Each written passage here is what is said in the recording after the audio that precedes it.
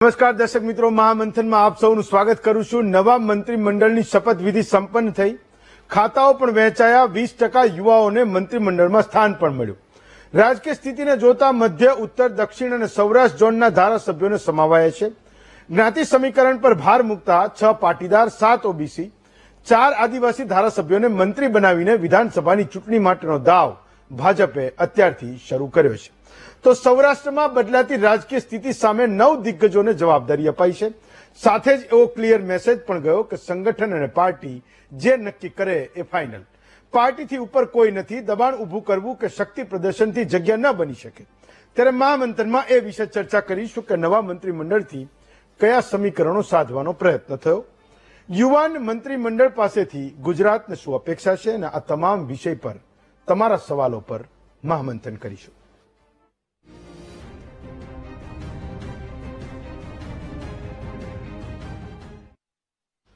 તો message loud અને clear છે। ભાજપ સંગઠનમાં છેલ્લા 2 વર્ષથી ખૂબ મહેનત કરનારા, પોતાની જાતને જોતરનારા એ તમામ ધારાસભ્યોને મંત્રી પદથી નવાજવામાં આવ્યા છે। એવા લોકોને 2027ના મેન્ડેટ સુધી રાહ જોવાની છે, જે લોકો માત્ર પોતાના માર્ક વધારવા માટે એ મતતા હતા અને માત્ર બળ અને દમ બતાવવા માંગતા હતા। એમને 2027 સુધી એ રાહ જોવાનો આ મેન્ડેટ છે। ગુજરાતના ગૃહમંત્રી તરીકે હર્ષદ સંઘવી પર મુખ્યમંત્રી ભૂપેન્દ્ર પટેલ અને મોવડી મંડળ બંને ખૂબ રાજી છે। એક એવો નેતા જેનામાં ગુજરાતના લોકો રાજ્યનું ભવિષ્ય જુએ છે, એને નાયબ મુખ્યમંત્રી બનાવવામાં આવ્યા છે। અને એની સાથે જ ભાજપ સરકારમાં પહેલીવાર એવું થયું છે કે ગૃહ ખાતું એ મુખ્યમંત્રી પાસે નહીં પણ કોઈ અન્ય મંત્રી પાસે હોય, એટલે કે નાયબ મુખ્યમંત્રી પાસે ગૃહ ખાતું હોય એવો છેલ્લા 1995 પછીનો આ પહેલો કિસ્સો છે। એક બદલાવ જે છેલ્લા 27 વર્ષથી નથી થયો। મંત્રીઓ આવ્યા, મુખ્યમંત્રીઓ આવ્યા અને ગયા, પણ એક નામ પુરુષોત્તમ સોલંકી જે હજુ પણ એ 27 વર્ષથી મંત્રીમંડળમાં અડીખમ છે। સૌથી પહેલી વાર 1998માં કેશુભાઈની સરકારમાં એમને મત્સ્ય ઉદ્યોગ મંત્રી બનાવ્યા। એ પછી કેશુભાઈ, સુરેશ મહેતા, નરેન્દ્ર મોદી, આનંદીબેન પટેલ, વિજય રૂપાણી અને હવે ભૂપેન્દ્રભાઈ પટેલના ત્રીજી વખતના એ મંત્રીમંડળમાં પણ પુરુષોત્તમ સોલંકી એ અડીખમ છે અને એમનું ખાતું પણ એ એકના એક જ છે। તો અત્યાર સુધીમાં એવું થયું હશે કે આખા દેશમાં કોઈ એક મંત્રી તરીકે 27 વર્ષ કોઈ પૂરા કરે અને 6 મુખ્યમંત્રીઓના મંત્રીમંડળમાં એ સમાવેશ થાય, મને લાગે આ પણ પુરુષોત્તમ સોલંકીના નામે એક નવો રેકોર્ડ હશે। અમરેલીમાં કૌશિક વેકરિયાને મંત્રી બનાવ્યા। તો નેતાઓની એ અમરેલીની જૂની નેતાઓની આણી મંડળીને એક મેસેજ છે કે ભાઈ હવે તમારા જિલ્લામાં મશાલ કોના હાથમાં છે। અમરેલીનું નામ એટલે લઉં છું કે ગુજરાતના રાજકારણમાં સૌથી વધારે એક્ટિવ નેતાઓનો એ જિલ્લો છે અને એવું કહે છે કે ત્યાંનું રાજકારણ એ મોટે ભાગે કોઈ સમજી ના શકે। અત્યારે બધાય એ જિલ્લામાં મોવડીઓ છે। કૌશિક વેકરિયાનો જબરદસ્ત એમણે વિરોધ પણ કર્યો, એક લેટર જૂનો વાયરલ પણ થયો અને છતાંય ભૂપેન્દ્ર પટેલના મુખ્યમંત્રી મંડળમાં કૌશિક વેકરિયા એ હવે મંત્રી છે। અર્જુન મોઢવાડિયાએ પાર્ટીનો વ્યાપ વધારવાનો ખૂબ પ્રયત્ન કર્યો, મહેનત કરી હશે અને એના કારણે એમના કિસ્સામાં અપાયેલું કમિટમેન્ટ એ પડાયું છે। તો કેબિનેટ મંત્રી તરીકે અર્જુન મોઢવાડિયાએ પણ પોરબંદરના ધારાસભ્ય છે, એમણે પણ શપથ લઈ લીધા છે। ઘણી બધી વાતો છે, ઘણા બધા સવાલો છે, ઘણું બધું વિશ્લેષણ છે। કદાચ હું એકલો ના કરી શકું એટલે જ આપણી સાથે 4 વક્તાઓ છે। મહેશ કસવાળા ભાજપમાંથી છે, પોતે સાવરકુંડલાના ધારાસભ્ય છે। લલિતભાઈ કગથરા છે, કોંગ્રેસના નેતા છે। સુધીરભાઈ રાવલ અને રાજેશ ઠાકર બંને રાજકીય વિશ્લેષકો છે। તો મોટે ભાગે એટલે મંત્રીઓમાં કોઈ બદલાય ના બદલાય, આપણે ત્યાં પણ આપણે એકબીજા તો એકને એક જ રહીએ છીએ, ચાહે ભાજપ ને કોંગ્રેસ ને રાજકીય વિશ્લેષકો ને વરિષ્ઠ પત્રકારોની આજુબાજુની આ સરકાર છે। લલિતભાઈને પણ ખબર છે। ફાઇન, સૌથી પહેલો સવાલ સુધીરભાઈ તમને કરું છું કે હર્ષભાઈના કિસ્સામાં એક અપેક્ષિત હતું કે એને નાયબ મુખ્યમંત્રી એ બનાવશે। એક કિસ્સો એવો હતો કે એક આદિવાસી અને એક એસસી માંથી પણ નાયબ મુખ્યમંત્રી બનાવી શકે, પણ હવે એ બધી જ વાતો પર પૂર્ણ વિરામ મુકાઈ ચૂક્યું છે। ગૃહ વિભાગ એ નાયબ મુખ્યમંત્રી પાસે હોય તમે કેશુભાઈથી શરૂઆત કરો. અત્યાર સુધી એ ભાજપ સરકારમાં હું કદાચ ખોટો ના હોઉં તો ફર્સ્ટ ટાઈમ એવું થઈ રહ્યું છે. આનો સંકેત શું છે? હેમંતભાઈ, આમ જોઈએ તો આજની આખી ઘટનાના ભલે અટકળો હતી પણ તોય બ્રેકિંગ ન્યૂઝ તો એ જ કહેવાય કે નાની ઉંમરના હર્ષ સંઘવીને નાયબ મુખ્યમંત્રી પદનું મળ્યું છે, જે રાજ્ય કક્ષામાંથી સીધું કેબિનેટ કક્ષામાં ગયા સિવાય મળ્યું હોય તો એવો કદાચ પહેલો કિસ્સો છે.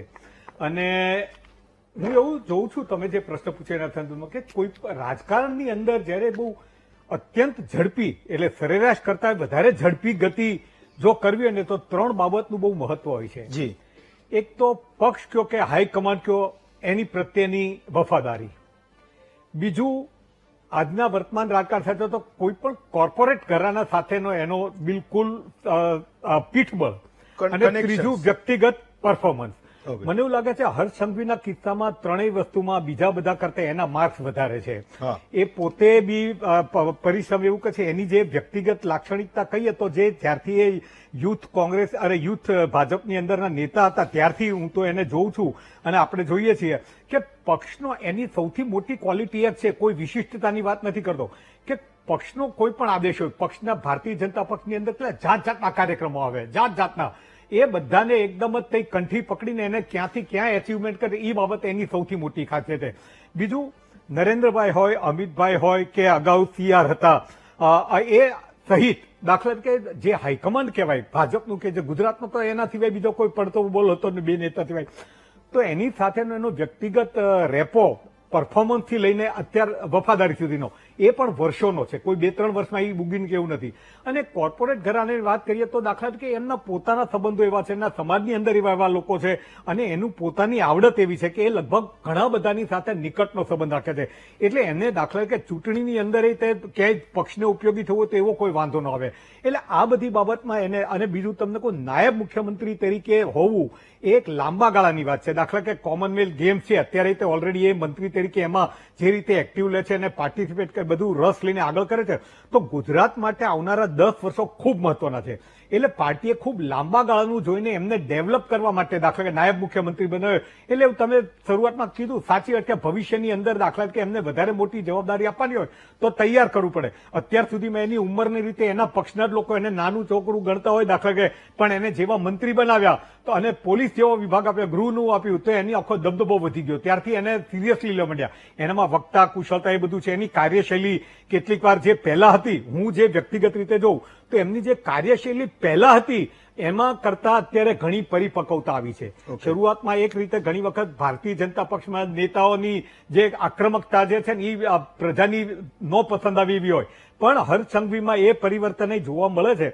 એટલે મને એવું લાગે છે કે નાયબ મુખ્યમંત્રી પદ બન્યું છે, એના કરતા બીજા વધારે હોશિયાર આજે તે સિનિયર નેતાઓ છે કેબિનેટમાં અત્યારે, અને એ પોતે હર્ષ સંઘવી પણ કબૂલે, પણ એમ છતાં એને એક લાંબા ગાળાની યોજના તરીકે ભારતીય જનતા પક્ષ આગળ લઈ જાય એની ડિઝાઇન આ દેખાય છે. અને બીજું મારે તમને કહ્યું છે કે ભારતીય જનતા પક્ષની વાત તમને કહું, આ 1 વર્ષ બાકી છે ચૂંટણીનું, તમે કરો એડવાન્સ પ્લાનિંગમાં ભારતીય જનતા પક્ષને કોઈ પહોંચી નહીં શકે.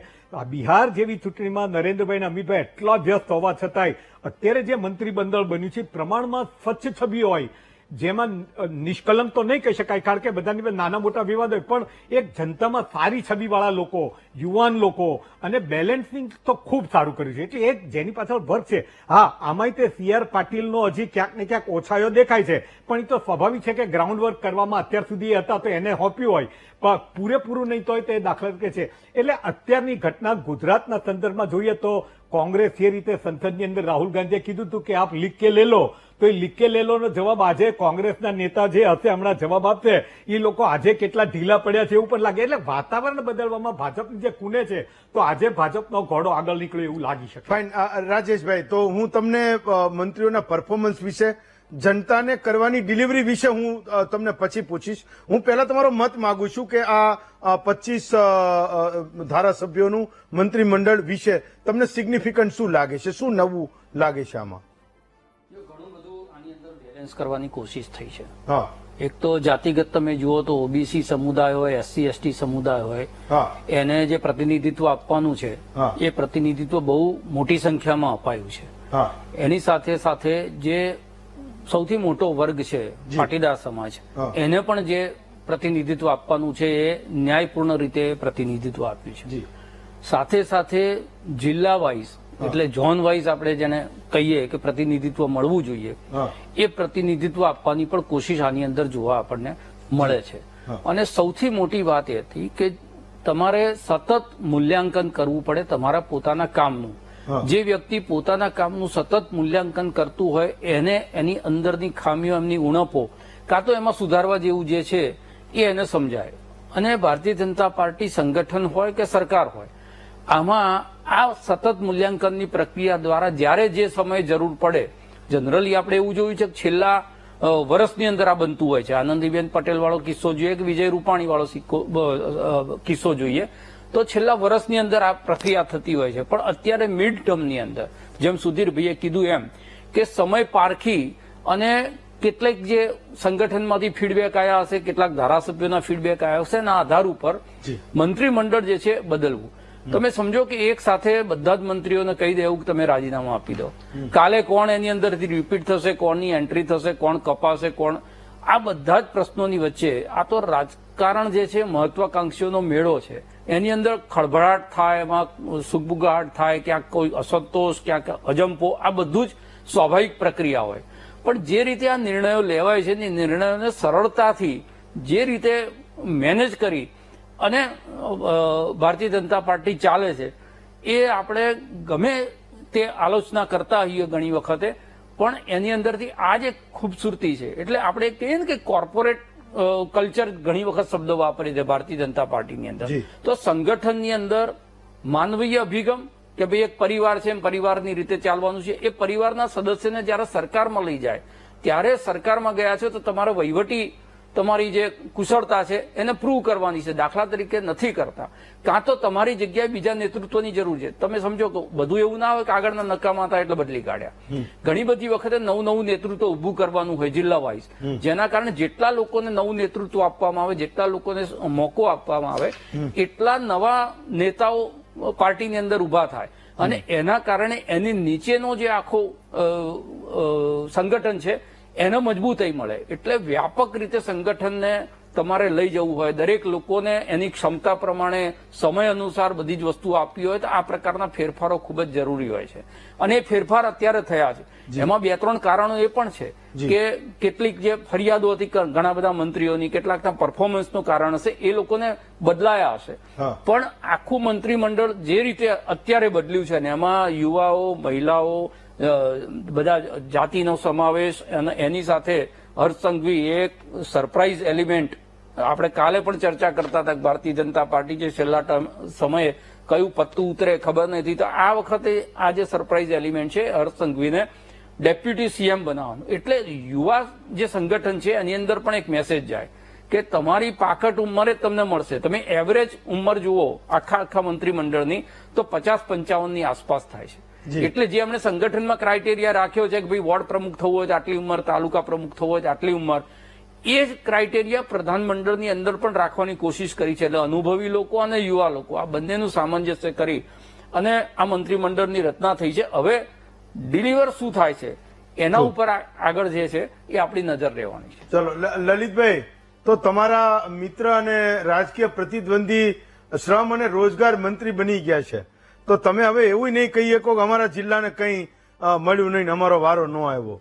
છેવટે પડકારો ફેંકતા ફેંકતા મંત્રી થવાય છે એવું કાંતિલાલે એકદમ સાબિત કરી દીધું. બિચારાનો અત્યાર સુધી મેળ નહોતો પડ્યો, આ વખતે એ મેળ પડી ગયો. તમે જિલ્લાનો કકડાટ તમે નહીં કરી શકો કે અમારો વારો ન આવ્યો, ભલે તમે કોંગ્રેસમાં હો.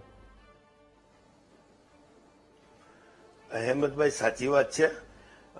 પેલા તો કંઈ પણ કહેતા પહેલા ખરેખર મારા મિત્ર મહેશભાઈ, હું કોઈ રાજકીય ટીપા ટિપ્પણ માટે નહીં, કોઈ ચીટીઓ ભરવા માટે નહીં, પણ એવી એક દિલથી લાગણી હતી કે મહેશભાઈ આટલા વખત ત્યાં કામ કરે છે તો કદાચ મંત્રીમંડળમાં એનું નામ હશે.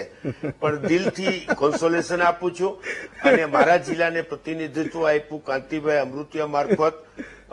સારી વાત છે, કાંતિભાઈ છેલ્લી 7 ટર્મથી ચૂંટાતા આવે છે. અત્યાર સુધી એને ક્યારેય વારો નથી આવ્યો કોંગ્રેસના તમામ ધારાસભ્યો લીધા પછી હા. કાંતિ અમૃતિયાની સામે જે 3000 મતે પહેલી વાર ચૂંટાઈ ગયા હતા હા. એ બ્રિજેશ મેરજા કોંગ્રેસમાંથી ભાજપમાં ગયા તો એનો મિનિસ્ટ્રીમાં વારો આવ્યો હતો હા. પણ કાંતિલાલ 7 વખત ચૂંટાયા પછી પણ હા. આજ સુધી મિનિસ્ટ્રીમાં એનો વારો નહોતો આવ્યો હા. છેલ્લે પણ કાંતિલાલનો વારો આવી ગયો એ બદલ અને એને મિનિસ્ટર બનાવ્યા એ બદલ પણ હું એમને દિલથી અભિનંદન આપું છું.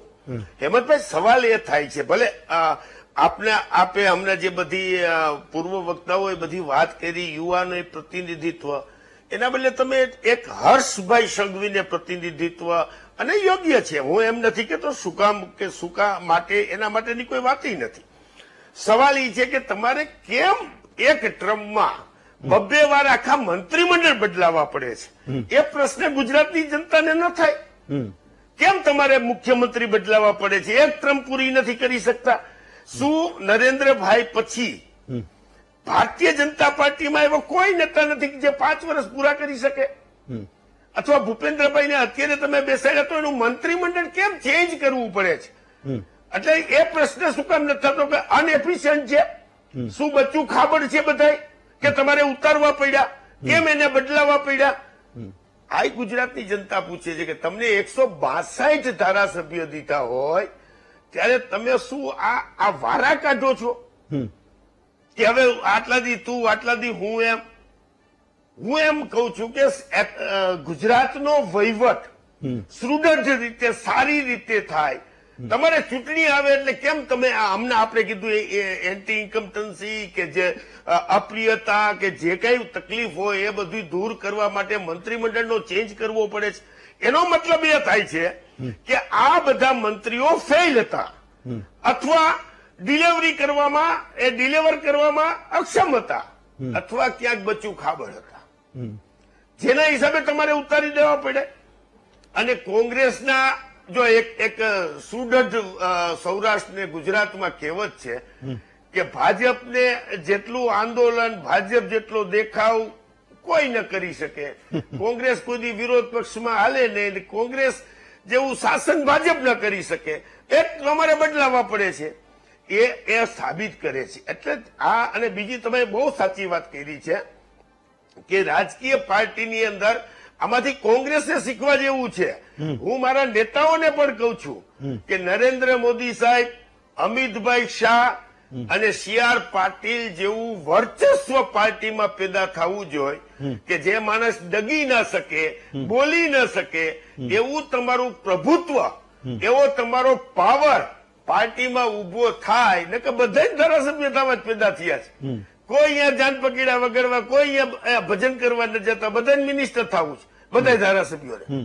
કેમ રાતના બધા રાહ જોતા હતા કે ફોન આવે, શું આવે, શું? લલિતભાઈ બધાની અપેક્ષા, લલિતભાઈ તમે અપેક્ષિત જ હોય હેમંતભાઈ. લલિતભાઈ, તમે એવું કહો છો કે કોંગ્રેસને વિપક્ષમાં રહેતા ના આવડે કારણ કે કોંગ્રેસે અત્યાર સુધી સત્તા કરી, પણ ગુજરાતમાં તો તમારે 30 વર્ષ થયા, ક્યાં સુધી ભાજપ વાળાને પ્રોફેસરને ક્લાસ ટીચર બનાવશો?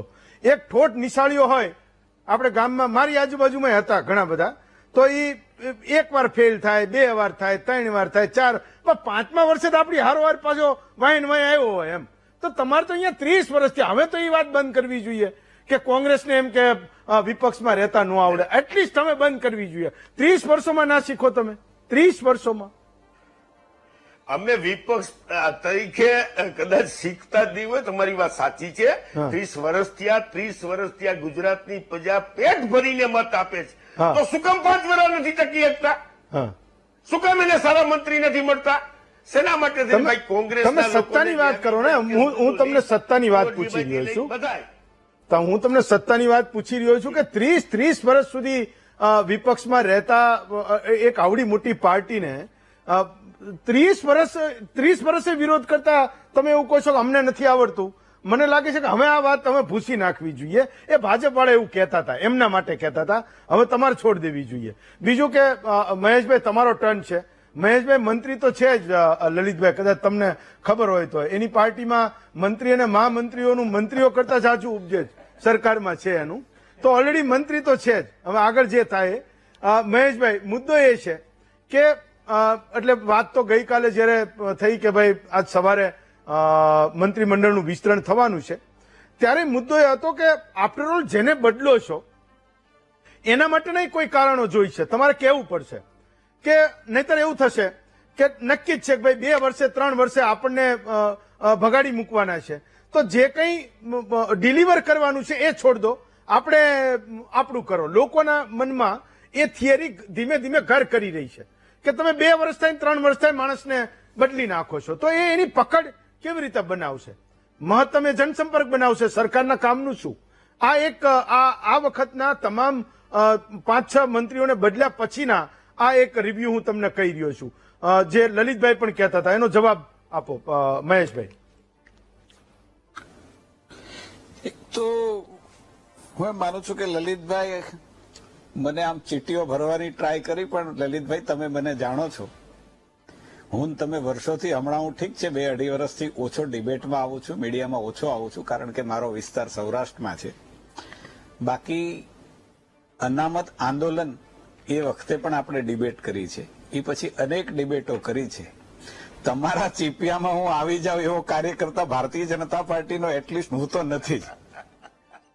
અને હેમંતભાઈ, ભારતીય જનતા પાર્ટીની આ બ્યુટી છે મહેશભાઈ, કે એનો કાર્યકર્તા, ભારતીય જનતા પાર્ટીનો કાર્યકર્તા એ ડિસિપ્લિનમાં કેવી રીતે માને છે એનું જીવતું જાગતું ઉદાહરણ આ ગઈકાલની ને આજની ઘટના છે. અમારે ત્યાં બદલાવ પણ આવે છે, નવા લોકોને જવાબદારી પણ અપાય છે, જવાબદારીમાંથી મુક્ત કરનારને બીજું કામગીરી પણ અપાય છે, અને બધા જ લોકો પાર્ટી સાથે જોડાય અને આ બધી જ કામગીરી કરે છે. લલિતભાઈને નવાઈ લાગે છે, હું એમ માનું છું કે જનમાનસની અંદર બદલાવ એ સ્વાભાવિક હોય છે, અને ભારતીય જનતા પાર્ટી હંમેશા જનતાના મનને પારખીને નિર્ણય પણ કરતી હોય છે. તમારે ત્યાં બદલાવ નથી ને, એટલા માટે આજે આ 130 વર્ષ જૂની કોંગ્રેસ પાર્ટી આજે મૃતપાય થઈ રહી છે. હું તો ત્યાં સુધી કહું છું કે આજે ગુજરાતની અંદર કોંગ્રેસની પગ નીચેથી ધરતી સરકી રહી છે. જો એની ચર્ચા મને એમ લાગે છે કે ભાઈ નહીં કરે, એ અમારી જ વાત કરશે. અને આમ અમારા માટે પણ કોંગ્રેસ છે, અમારા માટે એ પણ અમારા માટે બ્યુટી છે કે અમારે, તમે એમને પ્રશ્ન કોંગ્રેસના પૂછશો એ જવાબ ભારતીય જનતા પાર્ટીના આપશે. એમની ચિંતા જ નહીં કરે, એમની પાર્ટીની ચિંતા નહીં કરે. એમની પાર્ટીમાં વર્ષોથી એક જ ઘરાનાના લોકો છે, બદલાવ નથી, એટલા માટે આ સ્થિતિ છે, એની ચર્ચા નહીં કરે. હેમંતભાઈ, તમે આખી જે 2 દિવસની ઘટના છે, અમારી ઉલ્લેખ કર્યો કે સંગઠનની અંદર પણ કેવી રીતે બદલાવ થયો, અમારા મંડળ પ્રમુખો 40 વર્ષ 45 વર્ષની નીચે ના આવ્યા.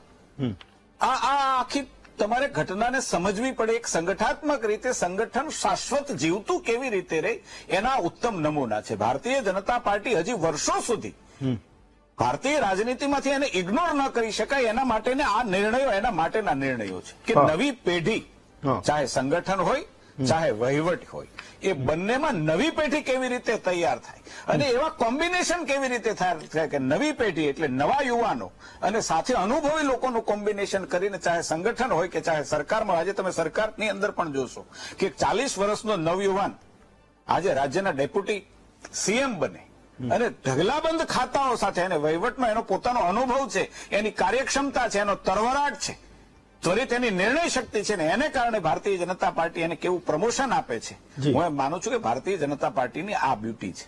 એના પરિવારમાં કોઈ હશે કે નહીં મને ખબર નથી, હર્ષભાઈના પરિવારમાંથી, પરંતુ એક કાર્યકર્તા પરફોર્મ કરે, એની ઉંમર નાની હોય પણ પરફોર્મ કરે, એનામાં સૂઝ હોય, આગવું વિઝન હોય, ત્વરિત નિર્ણય શક્તિ હોય, તો ભારતીય જનતા પાર્ટીની અંદર એને કેવી ઓપોર્ચ્યુનિટી મળે છે એ આજના મંત્રીમંડળના તમે બદલાવ જોવો તો એના ઉપરથી તમને ખબર પડશે. મહેશ કસવાલાને કઈ મળ્યું છે કે નહીં મળ્યું, પણ ભારતીય જનતા પાર્ટી આજે મને ટીવીનો ચહેરો આટલા વર્ષથી બનાવ્યો છે, મારા માટે આ નાની ઉપલબ્ધિ નથી ભાઈ. ઓકે, આજે કોઈ ગામડામાં જાઉં છું તો મહેશ કસવાલાને ઓળખે છે, હું એમ માનું છું કે માત્ર ને માત્ર કોઈને શ્રેય જતો હોય તો ભારતીય જનતા પાર્ટી ન જાય છે. અને એટલા માટે આજે હું ધારાસભ્ય પણ એટલે છું, સંગઠનમાં પણ એટલે કામ કરું છું, આજે તો છે મારી પાસે એટલે કામ કરું છું. લલિતભાઈ, મારી પાસે કંઈ નહીં હોય તો પણ હું ભારતીય જનતા પાર્ટીનું જ કામ કરતો હોઈશ. ઓકે, આ કેડર બેઝ પાર્ટી છે. ઓકે, આ કેડર અને આ કેડર બેઝ પાર્ટી પાછી નવી કેડરો આવી તૈયાર પણ કરે છે ને, એટલા માટે અમારું સંગઠન છે એ વર્ષો સુધી ચાલે, જનતાની સેવા કરી શકે, મા ભારતીની સેવા કરી શકે, એવા અમારો મિશન પણ ઈ છે ને, અમારો મંત્ર પણ ઈ છે, નેશન ફર્સ્ટ.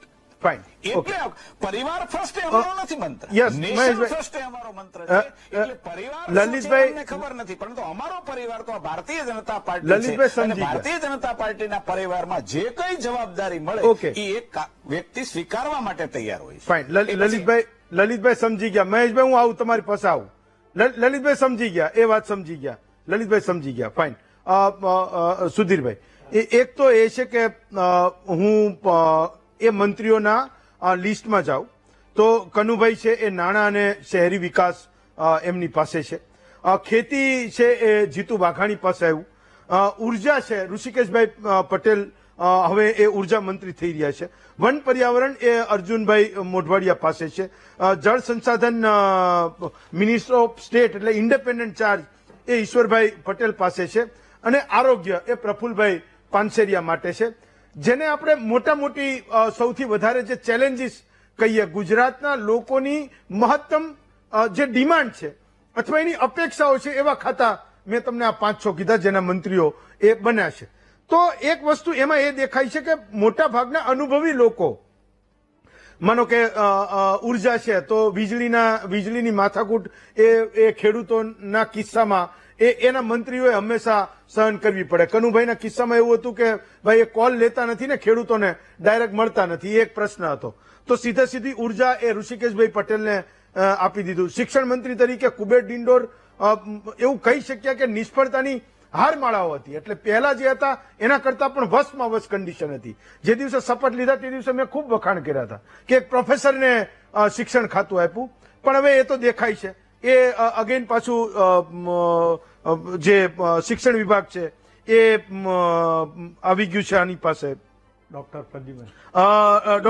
પ્રદ્યુમન વાળા પાસે જે પોતે ગાયનેક સર્જન છે. ઓકે, તો જેટલા પબ્લિક કનેક્શન વાળા ડિપાર્ટમેન્ટ છે ત્યાં મને લાગે છે કે એક જેને કહેવાય ને કે પાકટ લોકો હોય એને કંઈક ડેપ્યુટ કરાયા છે.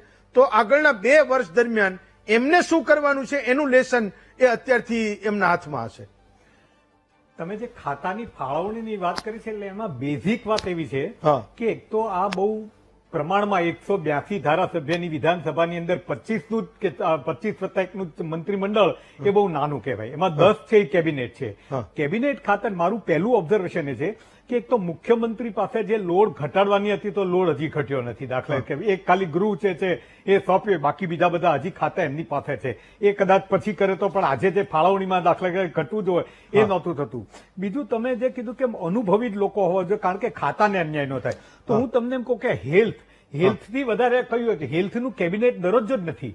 તો તમે એ વસ્તુ આવું લગભગ જ બને કે હેલ્થ જેવું ખાતાને કેબિનેટ દરજ્જો નથી. એવું જ તે છે ને વિમેન ચાઇલ્ડ વેલફેર એને ઇન્ડિપેન્ડન્ટ ચાર્જ આપ્યો છે તો ના, એ પણ કેબિનેટ independent charge છે. છે પણ એમાં પાવર્સના બહુ લિમિટેશન આવી જાય. દાખલા કે જે ઇન્ડિપેન્ડન્ટ ચાર્જ આપ્યો છે પણ કેબિનેટ કક્ષા અને રાજ્ય કક્ષાની અંદર જે ફરક પડી જાય છે. તો આ ખાતામાં એવા કોઈ દિવસ કેબિનેટ કક્ષાથી ઓછું એટલે થવા ખાતર બધું થાય એનો કોઈ સવાલ નથી, પણ એ ખાતું સફળ થાય એના લાભાર્થીઓ સફળ થાય. અને ત્રીજું દાખલા કે વોટર રિસોર્સિસ છે તે આજકાલ હવે પાણીની અછત નથી પણ વોટર રિસોર્સિસ એટલું મોટું ખાતું છે કે એમાં કેબિનેટ નથી. બરાબર છે. તમે જે કીધું ઋષિકેશ પટેલની પાસે ઉર્જા છે, પછી માનો કે અર્જુન મોઢવાડિયા પાસે વન પર્યાવરણ છે અથવા કનુભાઈ પાસે જે અમુક એકના એક રાખ્યા છે કે જે ફાઇનાન્સ થી બધું રાખે એ અનુભવી લોકો તો એને સંભાળી લેશે. પણ એ સંભાળી લેવા માટે મોટા ભાગે આપણે ત્યાં સિસ્ટમ એવી છે કે બ્યુરોક્રેટ્સ બધી જોતી હોય છે. બ્યુરોક્રેટ પાસેથી કામ ઇફેક્ટિવલી લેતા આવડવું જોઈએ અને પોતાને ખાતાની અંદર સૂઝ હોવી જોઈએ. ઋષિકેશ પટેલભાઈ એકદમ બાહોશ માણસ એટલે એને આજે ઉર્જા આપી હોય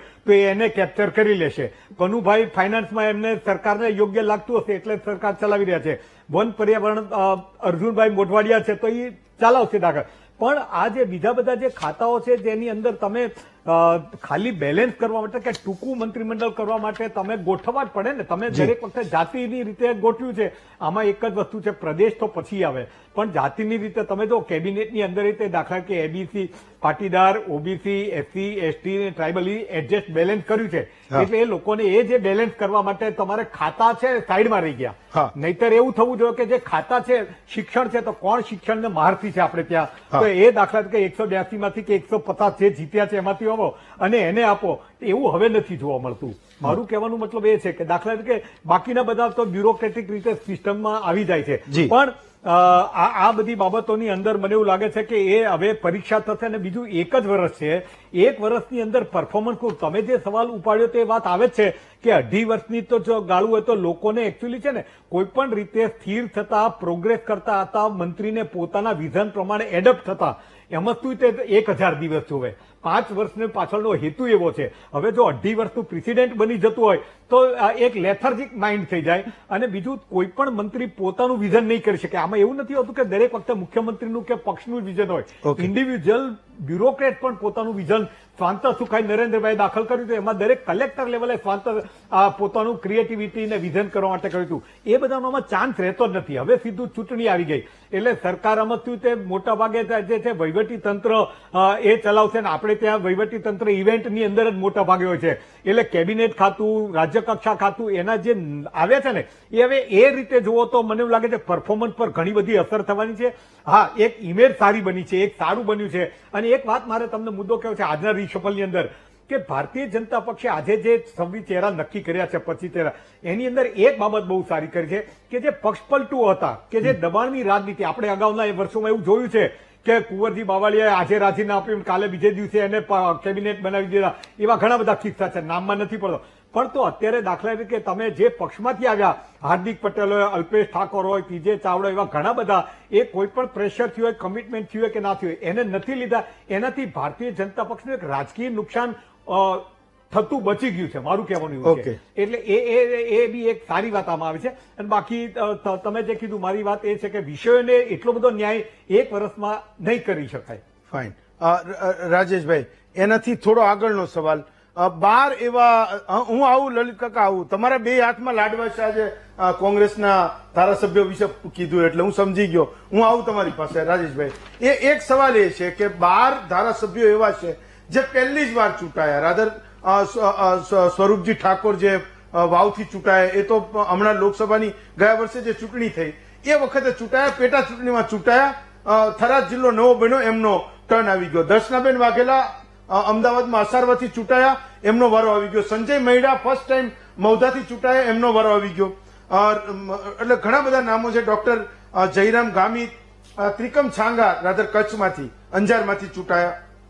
કમલેશ પટેલ, સ્વરૂપજી ઠાકોરનું મેં નામ લીધું. રીવાબાનું જામનગરથી ચૂંટાયા ફર્સ્ટ ટાઈમ અને એ મંત્રી બની ગયા.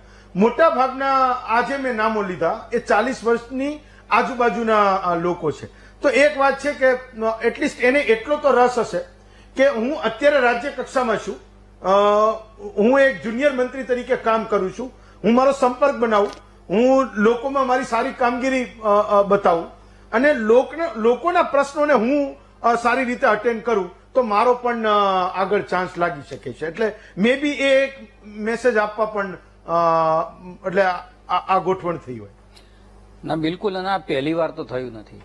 આપણે જોઈએ તો અહીંયા મુખ્યમંત્રીઓ પણ બાય ઇલેક્શન લડ્યા હોય મુખ્યમંત્રી બનાવ્યા. દાખલા તરીકે વિજય રૂપાણી, ભૂપેન્દ્રભાઈ પહેલી વખતે ધારાસભ્ય થયા અને સીધા મુખ્યમંત્રી થઈ ગયા. નરેન્દ્રભાઈ ખુદ એ ધારાસભ્ય પેટા ચૂંટણી લડી અને પછી મુખ્યમંત્રી થયા. અને પહેલા મુખ્યમંત્રી થયા, પેટા ચૂંટણી લડ્યા. અને એટલે આ પહેલી વાર આવી ઘટના ઘટી નથી. અને બીજી વસ્તુ એ છે કે કોઈ માણસની સ્લેટ કોરી છે, દાખલા તરીકે ક્યાંય એને વહીવટી અનુભવ નથી તો એને એન્ટ્રી નહીં મળવી. આપણે એમ કહીએ ને કે ભાઈ નોકરી લેવા જઈએ તો એમ પૂછે કે તમારી પાસે કેટલો અનુભવ છે, પણ તમે નોકરી આપશો તો અમે અનુભવ બનાવીશું ને અમારી જે સ્કિલ છે એ તમને બતાવીશું. એટલે નવા લોકોને લેવાથી ફાયદો ચોક્કસ એ થાય કે સંગઠનની અંદર જે યુવા લોકો છે એમને એમ થાય કે ભાઈ 40 વર્ષે પણ તમે મંત્રી બની શકો છો. બીજી વસ્તુ, જે નાની ઉંમરે મંત્રી બન્યા છે એ થોડાક વધારે ઉત્સાહી હોય, એમને એમ થાય કશું કામ બતાવીશું તો આજે આ જગ્યાએ છે. હર્ષસંઘવીનો દાખલા તરીકે છે કે ભાઈ એ ગૃહ રાજ્ય મંત્રી હતા, ત્યાંથી નાયબ મુખ્યમંત્રી બન્યા, આવતીકાલે એમની સફર એનાથી પણ આગળ જઈ શકે. તો એ રોડમેપ છે તૈયાર થાય સંગઠન અને સરકારની અંદર બેઠેલા બંને વ્યક્તિઓ માટે.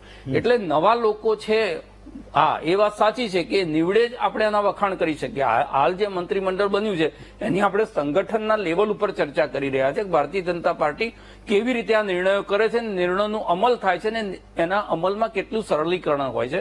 જેમ મહેશભાઈએ કીધું એ પ્રમાણે લલિતભાઈ જે વાત કરી રહ્યા હતા ને કે ભાઈ તમારા બધા નકામા હતા તો બદલી નાખ્યા, તો એનાથી વિરુદ્ધ દાખલા તરીકે પોતાની પાર્ટીનું મૂલ્યાંકન કરે કે તમારી અંદર 10 જ જણા એવા છે જે કેપેબલ છે કે એના સિવાયના જે 90% લોકો છે જો આમાંય વારો નીકળતો હોત, જેમ એમ કહે છે કે વારા કાઢ્યા છે, વારો નીકળતો હોત તો બની શકત લલિતભાઈ પણ કોંગ્રેસના પાર્ટી પ્રેસિડેન્ટ થઈ શક્યા હોત.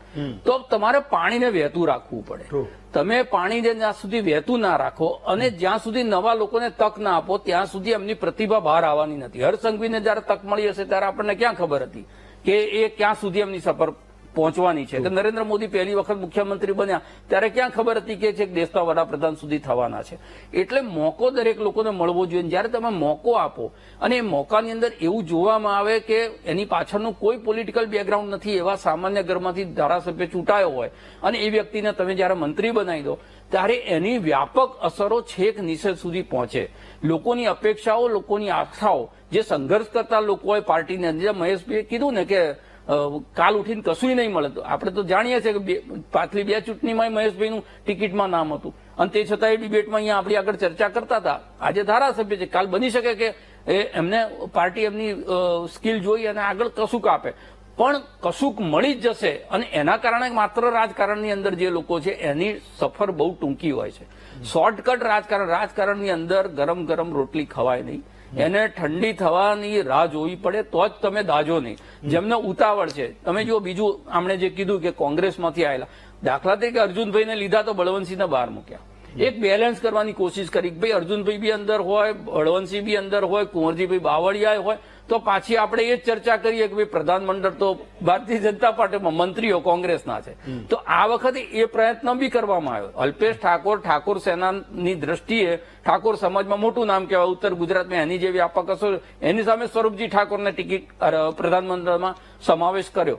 એટલે બહુ બધી વસ્તુ એવી થઈ છે જેને તમારે બહુ બારીકીથી જોવી પડે. અને બીજી વસ્તુ એ છે કે 2.5 વર્ષમાં બદલ્યું છે, તમે સમજો છેલ્લે વર્ષમાં બદલ્યું છે, પણ 2.5 વર્ષમાં બદલ્યું છે, એમની પાસે 2 વર્ષનો મોકો છે. અને જે કારણ, હું તો એવું ઈચ્છું કે જે કારણોથી બદલાયું હોય, જે મંત્રીઓ વિવાદમાં હોય, ભ્રષ્ટાચારમાં હોય, કાં તો એનું પરફોર્મન્સ ઓછું હોય, કાં તો સંગઠન અને સરકારની વચ્ચે તાલમેલના પ્રશ્નો, કેટલાક ધારાસભ્યો એવી વાત કરેલી કે ભાઈ અમારા કામ જે છે અધિકારીઓ કરતા મંત્રીઓ મંજૂર કરે પણ અધિકારીઓ આડોડાઈ કરે છે, કાં તો જે છે કામને વિલંબમાં નાખે છે. તો આ બધી સમસ્યાઓ જે સાંભળી અને ફીડબેક લઈને જયારે આ થયું હોય તો આપણે એવી અપેક્ષા રાખીએ કે મંત્રીમંડળ બદલાયું છે, એની સાથે સાથે વહીવટ પણ બદલાય, જનતાની સ્થિતિ પણ બદલાય અને જે સમસ્યાઓ કે જે કારણોસર આ નિર્ણય લેવાયો હોય એ કારણો પણ ક્યાંક ને ક્યાંક રદબાતલ થઈ. જનતાનું સરકાર પ્રત્યેનું પરસેપ્શન પણ બદલાય. બિલકુલ. લલિતભાઈ, તો મુદ્દો એ હતો કે તમારા 2 હાથમાં લાડુ છે. તમે તો પહેલી વાર મહેશભાઈને કહેતા હતા કે તમે ધારાસભ્ય છો ને તમારો મેળ ન પડ્યો, પણ તમે તો એમાંય હરખાતા હશો કે તમારામાંથી ગયેલા લોકો એને પણ ભલે એક જ લાઈનમાં બેઠા હોય પણ સ્ટેજની સામે, એમ કે હતા ખુરશીમાં જ, પણ વારો એમ કે સ્ટેજમાં તમારો નહીં આવે. તો હવે તો તમારે એમને પણ તમે મનમાં, મેં કીધું એમ તમે કહેતા હશો, જોયું તો ગયા હતા મોટા ઉપાડે, પણ રહેવાનું તો માત્ર ધારાસભ્ય જ છે. કોંગ્રેસમાં ધારાસભ્ય હતા ને ભાજપમાં ધારાસભ્ય જ છો. એનો દાખલો મારા મિત્ર ખૂબ સરસ આપ્યો. હમણાં જ ઉદ્યોગ ખાતું જેમની પાસે હતું 2 વર્ષ વાપરીને ફેંકી દીધા, એમ અર્જુનભાઈને 2 વર્ષ પૂરતા વાપરશે કોંગ્રેસના આવેલા પણ ફેંકી દે. આમાં તો બ્રિજેશ મેરજાની મિનિસ્ટર બનાવ્યા હતા અને અમારા ભાઈ જવાહરભાઈ ચાવડાની બનાવ્યા હતા, પછી અત્યારે ક્યાં છે એ ગોતવા જવા હારી ગયા ને. એટલે ભાજપ છે ને કોંગ્રેસને લઈ અને વાપરે છે. સવાલ ઈ નથી, સવાલ ઈ છે કે આમાં ગુજરાતનો વહીવટનું હિત ક્યાં? પાર્ટીનું હિત હશે 100%, એમાં હું સહમત છું. વહીવટની કુશળતા 2 વર્ષના અનુભવે આખા મંત્રીમંડળમાં એના અધિકારીઓ ઉપર પકડ, એના વહીવટને સમજવાની પકડ એ આવે નહીં. જો ભારતીય જનતા પાર્ટીને ખરેખર ગુજરાતનો સુદૃઢ વહીવટ હતો, હું ધારાસભ્ય હતો, મહેશભાઈ પણ કહેશે, નીતિનભાઈ પટેલ જેટલી અથવા પ્રદીપસિંહ જેટલી કોઈ અધિકારીઓ ઉપર પકડ બીજા કોઈની હતી નહીં સાહેબ. નીતિનભાઈની ઓફિસમાં જતા અધિકારીઓને મેં ડરતા જોયેલા છે કે નીતિનભાઈની ઓફિસમાં જતા પેલા અધિકારી 4 વાર પ્રિપેર થઈ કમ્પ્લીટ કરીને જાય. હવે એ પકડ કેળવતા કેટલા વર્ષ લાગશે? એટલે આમાં ગુજરાતનું હિત ક્યાં? તમે પાર્ટીની દ્રષ્ટિએ સારા મેસેજ, જે જ્ઞાતિનું સમીકરણ કરો, બધું કરો, એની આજે મારી ના જ નથી. તમે પાર્ટી માટે થઈને ગુજરાતને, જે ગુજરાત તમને 30 વર્ષ થયા આવો મેન્ડેટ આપે છે, ત્યાં ગુજરાતનું હિત ક્યાં? જો આ રાઘવજીભાઈ પટેલ બિચારો મગફળી ખરીદવાની અને ઈ રામાયણમાંથી દે હાલત તું ઘર દઈ દીધું અત્યારે હવે ભાઈને ભાવનગર. એટલે રાઘવજીભાઈને જે અત્યારે ખેડૂતોના પ્રશ્ન છે કે ભાઈ મગફળી ખરીદવાની 60 મણ 70 ટકાના ભાવે, તો એ રાઘવજીભાઈ કુચા મહિરા 6 વર્ષ રાઘવજીભાઈ ને 2.5 વર્ષ વાપરા, પછી રાઘવજીભાઈ ને મૂકી દીધા. એટલે પણ મારો સવાલ લલિતભાઈ એ છે, મારો સવાલ એ છે, સારી વાત મારે હેમંતભાઈ એક જ, હું આપના માધ્યમથી હર્ષભાઈને ખૂબ ખૂબ અભિનંદન આપું છું. નાની ઉંમરે ખૂબ મોટી પ્રગતિ કરી છે એમને. હજી હું તમને આ તમારી સામે ટીવીમાં કહું છું કે અમે કોંગ્રેસના ધારાસભ્ય જાય તો પણ અમારી વાત સાંભળે છે ને અમારા કામ કરે છે. કદાચ એ લાયઝન નો એનો સ્વભાવ છે ને, કદાચ એને પ્રમોશન મળ્યું, સારી વાત છે. સવાલ એ છે કે ગુજરાતનો વહીવટમાં અત્યારે અધિકારીઓની ફૂલફાલી છે. ગુજરાતમાં તમામ જગ્યાએ અતિ ભયંકર ભ્રષ્ટાચારી છે અને ભ્રષ્ટાચાર ફેલાઈ ગયો છે. બચ્ચું ખાબડની જો એક મિનિસ્ટરની ભ્રષ્ટાચારમાં આટલી વાત આવ્યા પછી ભારતીય જનતા પાર્ટીને એનું રાજીનામું લેવાની કેમ ઈચ્છા નથી થતી? કેમ એને અત્યાર સુધી રાહ જોયું મહેશભાઈ? અને બીજું, મારા મિત્ર મહેશભાઈને કહેવા હું માંગુ છું, ચીટીઓ ભરવાની જરાય કોશિશ નથી. આપ વર્ષોથી આપણે ટીવી મિત્ર જે ડિબેટ છે હમણાં જ આપને મળ્યો, તો મારો સવાલ એ છે કે આપ બધે ચેન્જ કરો છો, બધાના પરફોર્મન્સ જુઓ છો, તો નીતિન ગડકરીનું પરફોર્મન્સ જુઓ ને. એક વ્યક્તિ ચૂક્યા અને સોલંકી કેમ એમને છે એટલું બધું સારું પરફોર્મન્સ છે? એ તો એના હાથમાં નથી ને. તમે એને મંત્રીમંડળમાં જોયા? મારા અનિવાર્ય તમે લલિતભાઈ, ગુજરાતનું હિત નથી. તમે લલિતભાઈ નીતિન કાકા ઉપર પ્રેમ વરસાવ્યો, તમે નીતિન કાકા ઉપર પ્રેમ વરસાવ્યો, તમે પ્રદીપસિંહ ઉપર પ્રેમ વરસાવ્યો, એના વખાણ કર્યા. પણ હું તો 1995 થી જોઉં છું, કેશુભાઈ મુખ્યમંત્રી થયા ત્યારથી અત્યાર સુધી, છેલ્લે બધા મંત્રી બદલ્યા ત્યાં સુધી બધા હટ્ટાકટ્ટા લોકો છે. ભગવાન એને 100 વર્ષ જીવાડે, પણ આ કોઈનો વારો ના આવત તો આટલા વર્ષોમાં. અને મને એક સવાલનો જવાબ આપો કે તમે ભાજપના કયા મંત્રીમંડળ વિશે એવું કહો કે આ જોરદાર હતું? કહો, ચલો કહો, અનુભવી જતા બધા કહો, ચલો આ બધા જોરદાર હતા એવું કહો. હતું કોઈ? મને પૂછો છો? તમને પૂછું છું. તમે કીધું કે પ્રદીપસિંહ જોરદાર, આપનો અવાજ કપાયનો છે. હે, મેં તમને સવાલ એવો પૂછ્યો કે તમે એવું કીધું કે પ્રદીપસિંહની જોરદાર પકડ હતી, નીતિન કાકાની જોરદાર પકડ હતી. વાત સાચી, પણ 1995 થી 2021 સુધી 6 મુખ્યમંત્રી બદલાયા, ચહેરાઓ તો એને એ રહેતા હતા. પહેલી વાર આ લોકોએ બદલ્યા. તો તમે મને એવું કહો, જે 95 થી 21 સુધી હતા એમાંનું કયું મંત્રીમંડળ જોરદાર હતું ભાજપે આપ્યું હોય એવું? ચલો કહો. આરએનબી નીતિનભાઈ નું. એટલે એ તો એક થયું ને. એમ તો અત્યારે તમે હર્ષભાઈના વખાણ કર્યા, તો એક તો હર્ષભાઈ સારા છે ને. તમે તમારા આજની તારીખમાં મેં એના વ્યક્તિ તરીકે વખાણ કર્યા, એના ખાતાની જરાય વખાણ નથી કર્યા. તમે સમજી લ્યો, આજે ગુજરાતમાં રેલમ છેલ દારૂ મળે છે, આજે ગુજરાતમાં ડ્રગ મળે છે, આજે ગુજરાતમાં શું નથી મળતું? જો પકડ હોય ને સાહેબ, તો અધિકારી ભ્રષ્ટાચાર કરવાની હિંમત ન કરી શકે. ઓકે, એ દ્રષ્ટિએ મેં તમને કહું છું કે એવી કોઈ વાત એવી નથી કરતો. પણ નીતિનભાઈમાં જે તમે હમણાં થોડો તમને આગળ લઈ જઈશ ને, તો નીતિનભાઈ અને પ્રદીપસિંહ વિશે તમે આજ કહેશો. તો જે એને જવાબ દેવાની એની પાસેની જે પત્કર હતી, એને અધિકારીઓને એની પાસે જાતા ડરતા હતા, એ મેં અનુભવ્યું છે. ચાલો, હું એવું સમજુ છું કે જેટલા પણ લોકોને બનાવે જે પહેલા હતા એ જનતાના હિતમાં કામ કરતા હશે, નવા આવશે એ જનતાના હિતમાં કામ કરવાનો પ્રયત્ન કરશે જેટલું પણ કરી શકે. એક બ્રેક લઉં, બ્રેક પછી ફરી પાછા આવીએ.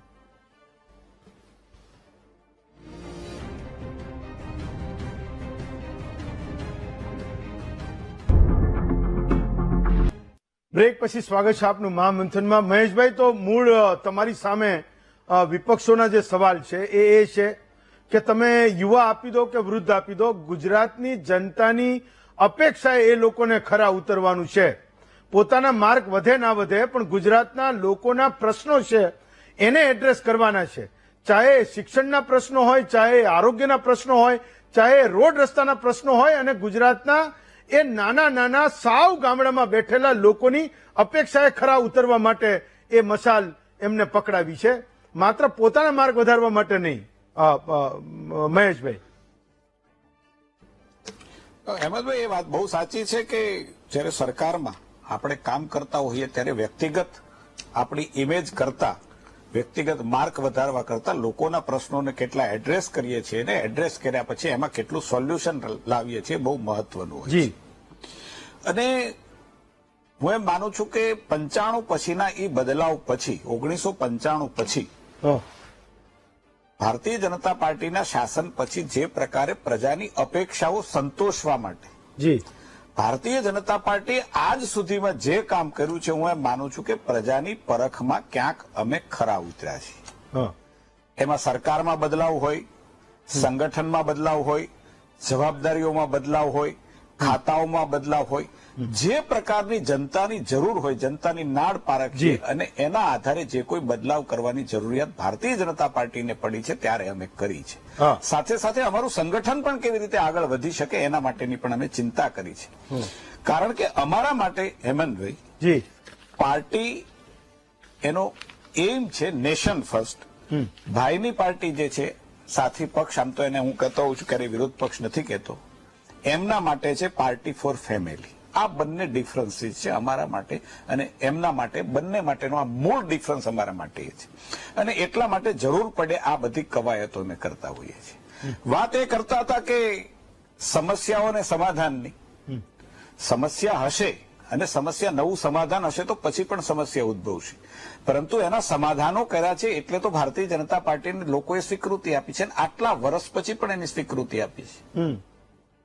અમે મૂલ્યાંકન દરેક વ્યક્તિનું, પાર્ટીમાં સિસ્ટમ છે અમારી પાર્ટીમાં કે દરેક વ્યક્તિની શક્તિ એનું મૂલ્યાંકન થાય છે ને એને સોંપેલું કામ એ પૂરું કરશે અને નહીં કરી શકે તો એને બીજી જવાબદારી, એની પાસે જે પ્રકારનું વિઝન છે એવા પ્રકારની જવાબદારીઓમાં એમને કામ લઈએ છીએ, એમની પાસેથી કામ લઈએ છીએ. અને એટલા માટે તો આ સ્વાભાવિક બદલાવ હોય છે. આ બદલાવ એટલા માટે જ હોય છે કે જેને જે પોતાની એક્સપર્ટાઇઝ છે, એને એક કામ આપ્યું છે પણ એ નથી કરી શકાતો, એને બીજું કામ આપીએ, જે બીજો લાયક છે એને આ કામ આપીએ અને એમાંથી જ તો પરિપક્વ વ્યક્તિ થતો હોય છે. અને મને હેમંતભાઈ, તમે બહુ સારો સવાલ, મને ગમ્યો એ સવાલ આજે, કે 95 પછી જેટલી ભારતીય જનતા પાર્ટીની સરકાર આવી એમાં એક પણના વખાણ તમે કર્યા છો.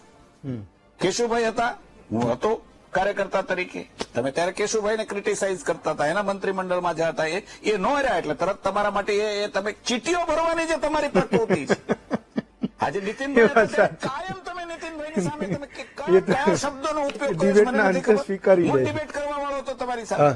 આજે તમને નીતિનભાઈ બહુ સારા લાગે છે. તમારી આ પ્રકૃતિ રહી છે કે સામેના લોકોને ગુજરાતના પ્રશ્નો શું છે એની તમને ખબર નથી. આજે તમારી લિમિટેશન્સ ક્યાં આવી ગઈ? આટલી મોટી કોંગ્રેસ પાર્ટી હેમંતભાઈ આજે માત્ર એની વર્કિંગ લિમિટેશન્સ, માત્ર આવેદન પત્ર આપવો અને ફોટો પડાવવો એ તમારો સ્કોપ ઓફ વર્ક છે આજે. એનાથી વધારે કોઈ ગુજરાતની અંદર કોઈ કોંગ્રેસને જાણતું જ નથી.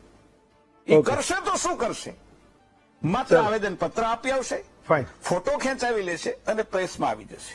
અમે ધરાતલ પર કામ કરનારા લોકો છીએ. ધરાતલ પર ક્યાંક મારી પણ નાની મોટી ભૂલ થાય, અમારા કોઈ મંત્રીની નાની મોટી ભૂલ થાય તો સમય આવે એને બદલાવ પણ કરીએ છીએ. કાઢી નથી મૂકતા. અમારી પાર્ટીમાં એ સિસ્ટમ નથી કે આ પાર્ટીમાંથી કાઢી મૂકીએ. એમને સુધરવાની પણ પૂરેપૂરી તક આપીએ છીએ અને એ પ્રકારનું એજ્યુકેશન પણ એમને આપતા હોય છે. અમારે ત્યાં તો કાયમ સિસ્ટમ છે, એજ્યુકેશનની સિસ્ટમ અમારે ત્યાં કાયમ છે. અમારા વર્કશોપ એ કાયમી અમારી પ્રક્રિયા છે, પ્રશિક્ષણની પ્રક્રિયા. અને એને આધારે પાર્ટી પણ પરિપક્વ બને છે, કાર્યકર્તા પરિપક્વ બને છે અને પરિપક્વ બનેલો કાર્યકર્તા વહીવટની અંદર પછી સારું પ્રશાસન આપી શકે છે. એટલે આટલા લાંબા ગાળા સરકારો અમારી. મહેશભાઈ, તમે એવું કહો છો કે કોંગ્રેસ છે ક્યાં? તો 2022માં તમારી સામે 86-87 લાખ મત લઈ ગયા. આ તો લલિતભાઈ અને એમના નેતાઓને એ કદર નથી ગુજરાતની જનતાની. વિરોધનો મત 86-87 લાખ કોંગ્રેસને મત મળ્યા, વિચાર કરો. અને તોય કઈ આપણને કઈ દેખાતું નથી સામે. એટલે તમે કહો આપણને નથી, નેતાઓ નથી દેખાતા, એમનું એ એજિટેશન આપણને નથી દેખાતું, પણ તોય ગુજરાતનો મતદાર એ વિરોધના મતમાં ક્યાંક તો ઉભો છે. એક પાર્ટી નવી આવી, આમ આદમી પાર્ટી 43-44 લાખ મત એ લઈ ગઈ, 86 લાખ એ લઈ ગયા ને તમે કઈક 1,52,54 લાખ લઈ ગયા. હા હેમંતભાઈ, મને પૂછો છો? હા, મેં કીધું તમને તમને માહિતી આપી કે 86-87 લાખ કોંગ્રેસ લઈ ગયું, આમ આદમી પાર્ટી 43-44 લાખ મત લઈ ગઈ. સાચી છે હેમંતભાઈ. હા હેમંતભાઈ, આ ચર્ચાઓ પણ આપણે વીટીવીના માધ્યમથી કદાચ તમારી સાથે મહામંથનમાં કરી છે હા કે એક વખત 2017ના ઇલેક્શનમાં હા. સફળતાના આરે ઉભી હતી પાર્ટી. હા એના કારણો શું હતા એમાં પણ આપણે ગયા છીએ કે જે ઓકે. પ્રકારે અનામત આંદોલન જ્ઞાતિમાં વૈમનસ્ય ફેલાવી, ભ્રમણા ફેલાવીને જે રીતે સફળતા મેળવી હતી, એ સફળતા પણ એ પચાવી નથી શક્યા. દુઃખની વાત એ છે લલિતભાઈ ઓકે. કે તમે તમારી સફળતા Fine. પણ નથી પચાવી શક્યા, એ દુઃખની વાત છે. Last- તમે ક્યાં સ્ટેજે આવી ગયા? Okay okay Maheshbhai, last 30 second. Okay fine, તમે જવાબ આપી દીધો Lalitbhai. Last 30 second, last 30 second. No personal comment Lalitbhai. Fine, okay Maheshbhai સમય નથી, ખૂબ ઓછો સમય છે. હા લલિતભાઈ, લાસ્ટ 30 સેકન્ડ, જે લાસ્ટ 30 તમને સેકન્ડ. રંગાબીલા કહેવા વાળા આજે તમારા ભેગા બેઠા છે એ તમારે ભૂલી ન જવું જોઈએ. હા. જે લોકો તમને નંદા કહેવા વાળા આજે તમારી ભેગા બેઠા છે એ તમારે ભૂલવું ન જોઈએ. જે 2017માં જે આંદોલન કરવા વાળા હતા એ આજે મિનિસ્ટ્રીની લાઈનમાં બેઠા છે સાહેબ. આ વાસ્તવિકતા પણ તમારે સ્વીકારવી પડશે.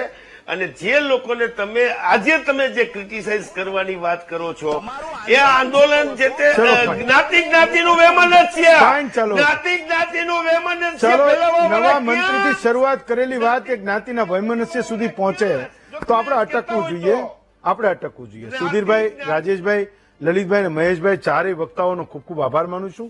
આવતીકાલે વધુ એક નવા વિષય પર ફરી મળીશું. મને રજા આપશો.